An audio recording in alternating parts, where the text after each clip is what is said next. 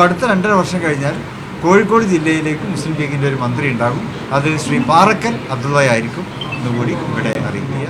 5 സീറ്റുകളിലേക്കുള്ള 5 മന്ത്രിമാരെ മുസ്ലിം ലീഗിന് UDF അനുവദിച്ചിട്ടുണ്ട്. ആ 5 മന്ത്രിമാരുടെ പേരുകൾ പ്രഖ്യാപിക്കുന്നതിന് വേണ്ടിയാണ് ഈ പത്രസമ്മേളനം വിളിച്ചു വരുന്നത്. അത് ഞാനിവിടെ പറയുകയാണ്. അതായത് Shri PK Kunhalikutty, N Shamsuddin, KM Shaji, PK Basheer, VE Abdul Gafoor, ഇങ്ങനെ 5 മന്ത്രിമാരെയാണ് ഇപ്പോൾ മുസ്ലിം ലീഗ് പ്രഖ്യാപിക്കുന്നത്.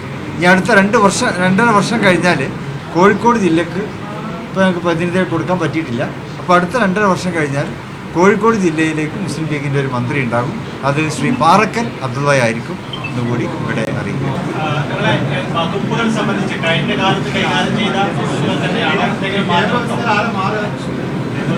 അത് അപ്പോൾ തീരുമാനിക്കുള്ളൂ, അതിപ്പോൾ പറയില്ല.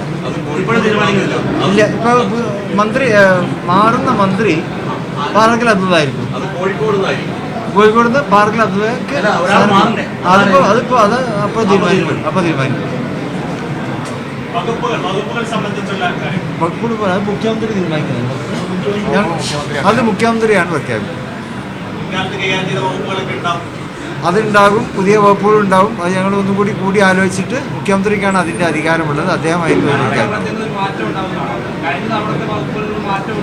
അത് മാറ്റത്തിനനുസരിച്ച് മുഖ്യമന്ത്രി പറയും. നേരത്തെ കൈകാര്യം ചെയ്തിരുന്ന വകുപ്പുകളിൽ കോൺഗ്രസിന് വിട്ടുകൊടുക്കുന്നുണ്ടോ? നേരത്തെ കൈകാര്യം ചെയ്യുന്ന വകുപ്പുകൾ മിക്കവാറും ആ വകുപ്പിൽ തന്നെ ആയിരിക്കും. പുതിയ വകുപ്പ് ഉണ്ടെങ്കിൽ അത് മുഖ്യമന്ത്രി അറിയും. പാർട്ടി ലീഡർ പറയും.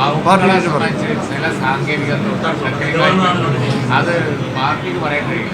അത് മുഖ്യമന്ത്രിയുടെ പ്രൊമോഗേറ്റീവാണ്. അതുകൊണ്ട് തന്നെ അത് ഗവർണർ ഗസറ്റിൽ പബ്ലിഷ് ചെയ്യുമ്പോഴാണ് വരേണ്ടത്. പാർട്ടിയുടെ അഭിപ്രായങ്ങൾ തങ്ങൾ കൊടുത്തിട്ടുണ്ട്.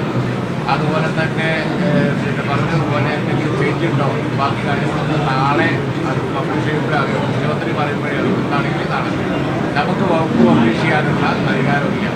പാർട്ടി അതിൻ്റെ അധികാരം കാര്യങ്ങൾ ചർച്ച നടത്തിയത് മുഖ്യമന്ത്രി അദ്ദേഹം പറയുന്നത് തന്നെ പറയുന്നത്. ഈ കൂടുതൽ ക്യാബിനറ്റ് തസ്തികകൾ എന്തെങ്കിലും ഉണ്ടാവും?